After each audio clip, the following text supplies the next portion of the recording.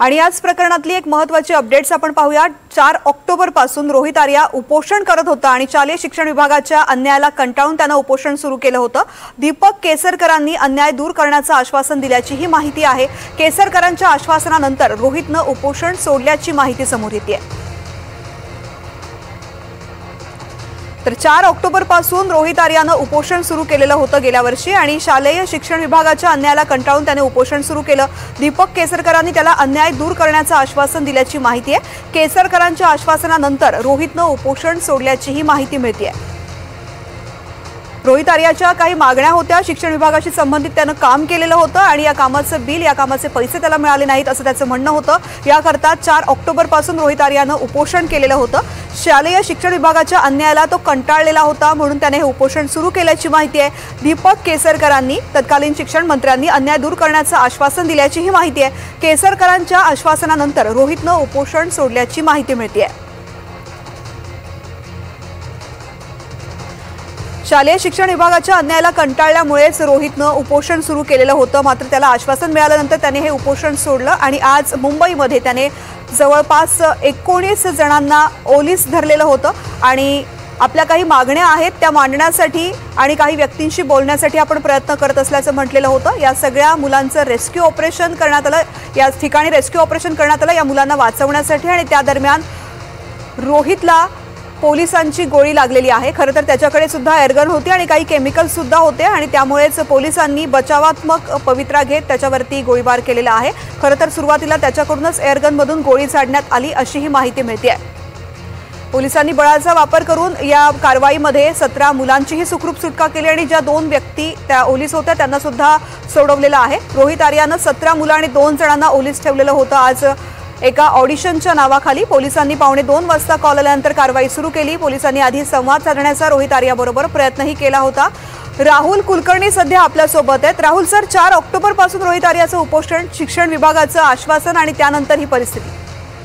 हे बघा, आता जे मी पत्र महाराष्ट्राला दाखवणार आहे, रोहित आर्याचं नेमकं काय म्हणणं होतं, कशासाठी हे सगळं सुरू होतं, त्या पत्राची कॉपीच माझ्या हातात आहे।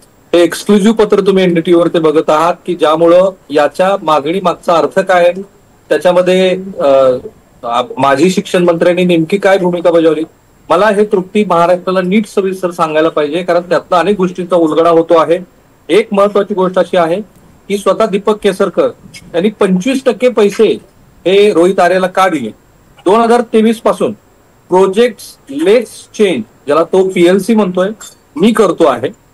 महाराष्ट्रात शुभारंभ माननीय मुख्यमंत्री श्री देवेंद्र फडणवीस यांनी 2015 मध्ये केला होता। हे नवीन आणखी आहे, देवेंद्र फडणवीसांच्या हस्ते त्या प्रकल्पाचं रोहित आर्याचं उद्घाटन झालं होतं। 2022 ला PLCच्या स्वच्छता मॉनिटर टप्प्याची संकल्पना केली। सोशल एंटरप्रेन्योर असल्याने स्वखर्चावरती 5000 पेक्षा अधिकच्या शाळांमध्ये हे मी राबवून प्रभावीपणे सिद्ध केले। त्याचं एक्सक्लुझिव्ह पत्र महाराष्ट्र बघतोय। त्या पत्रात त्याने लिहिलंय 2023-24 मध्ये माझ्या प्रस्तावाला मान्यता मिळाली। मुख्यमंत्री माझी शाळा सुंदर शाळामध्ये सर्वाधिक गुणाचं महत्व दिलं। माननीय मुख्यमंत्री श्री एकनाथ शिंदे यांनी PLC स्वच्छता मॉनिटर हे जे अभियान आहे ते लोकार्पण केलं। दुसऱ्या मुख्यमंत्र्याचा इथे उल्लेख आहे, मुख्यमंत्री एकनाथ शिंदे यांनी या योजनेचं लोकार्पण केलं। 5000 पेक्षा अधिकच्या शाळांमध्ये हे योजना राबवण्यात येणार होती। आणि आता पुढचा महत्वाचा मुद्दा आहे, जिथून मला वाटतं की वाद सुरू झाला। संकल्पना माझी, प्रभावी सिद्ध करण्यासाठी गुंतवणूक माझी, अभियानाचं नाव माझं, प्रस्ताव माझा, अंमलबजावणीसाठी कष्ट माझे, परंतु पैसे भलत्यालाच, हा सगळ्यात मोठा आरोप त्यांनी केलेला आहे रोहित आर्याने। माझ्या योजनेचे पैसे कोणीतरी लाटले, त्यावेळेला दीपक केसरकर हे महाराष्ट्र राज्याचे शिक्षण मंत्री होते। त्याच्यावरती त्यांनी केलेल्या पहिल्या आरोपाचा, वैयक्तिक पहिल्या आरोपाचा सगळ्यात मोठा पुरावा एनडीटीव्ही वरती आहे की ज्या पुराव्यात तो म्हणतोय की दीपक केसरकरांनी माझे पैसे हे कुठेतरी वळती केले, कोणाला तरी दिले आणि त्याचं वाक्य पुन्हा महाराष्ट्राला सांगायला पाहिजे, संकल्पना माझी, प्रभाव सिद्ध करण्यासाठी गुंतवणूक माझी, अभियानाचं नाव माझं, प्रस्ताव माझा, अंमलबजावणीसाठी कष्ट माझं, परंतु पैसे भलत्यालाच। आणि पहिल्यांदाच दीपक केसरकर यांच्याविषयी त्यांच्यावरती वैयक्तिक स्वरूपाच्या आरोपाचं पत्र हे आता एनडीटीव्हीच्या हाती लागलेलं आहे। गडबड, पॉइंट आउट केल्यावर काम करत असताना मध्येच जाणून गोंधळ केले गेले। म्हणजे मी ज्या वेळेला हे लक्षात आणून दिलं त्यावेळेला मोठा गोंधळ केला गेला। 2024-25 ला प्रस्ताव दिला असूनही मला संपर्क न करता माझ्या स्वच्छता मॉनिटर अभियानाला परस्पर मुख्यमंत्री माझा माझी शाळा सुंदर शाळा 2024-25 मध्ये सामील केलं. दुसरा मोठा आरोप आहे त्याचं असं म्हणणं आहे की माझा जो काही प्रकल्प होता तो माझी शाळा, मुख्यमंत्र्यांची माझी शाळा या स्कीम ज्या आहे, मुख्यमंत्री माझी शाळा सुंदर शाळा याच्यामध्ये समावेश केला गेला. माझी सगळी संकल्पना तुम्ही लाटली, माझ्या संकल्पनेला वगळलं, मला त्यातनं वगळलं, पैसे तिसऱ्यालाच दिले. आता प्रश्न असा उपस्थित होतो या पत्रामुळं की दीपक केसरकर यांनी खरोखरच असं केलंय का? कारण पुढचं जे पत्र तुम्हाला दाखवणार आहे ते फार धक्कादायक आहे. ज्या पत्रामध्ये दीपक केसरकर यांनी 25% पैसे हे वैयक्तिक चेकद्वारे दिलेत असं त्यांनी सांगितलंय. वैयक्तिक चेकद्वारे दीपक केसरकर यांनी रोहितला पैसे देण्याचं काय कारण आहे हा सगळ्यात मोठा प्रश्न आहे. पुढे तो असं म्हणतोय की न्याय मिळण्यासाठी तब्बल 3 महिने उपोषण झाल्यावर साधारण केवळ 25% पेमेंट वैयक्तिक चेकद्वारे मंत्री महोदयांनी केले. हे त्याचं पत्र महाराष्ट्र बघतोय. दीपक केसरकर यांनी 25% पेमेंट वैयक्तिक चेकद्वारे का केलं असा आता महत्वाचा प्रश्न या पत्राच्या निमित्ताने उपस्थित होतोय.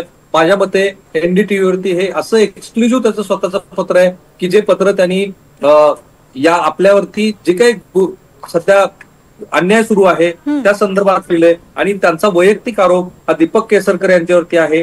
बाकी पेमेंट पुढील 3 वर्ष PLC स्वच्छता मॉनिटर प्रस्तावाला मान्यतेसोबत देण्याचं आश्वासन दिलंय.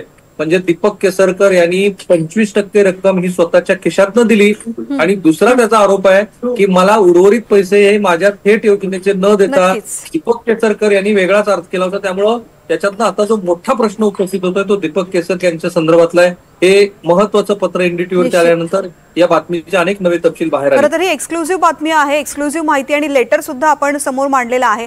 खरं तर रोहित आर्यानं आपल्यावरचा अन्याय दूर करण्यासाठी उचललेलं पाऊल चुकीचं होतं. मात्र या प्रकरणामध्ये आता जे खुलासे येतात त्या अनुषंगानं पुढे चौकशी सुद्धा होईल.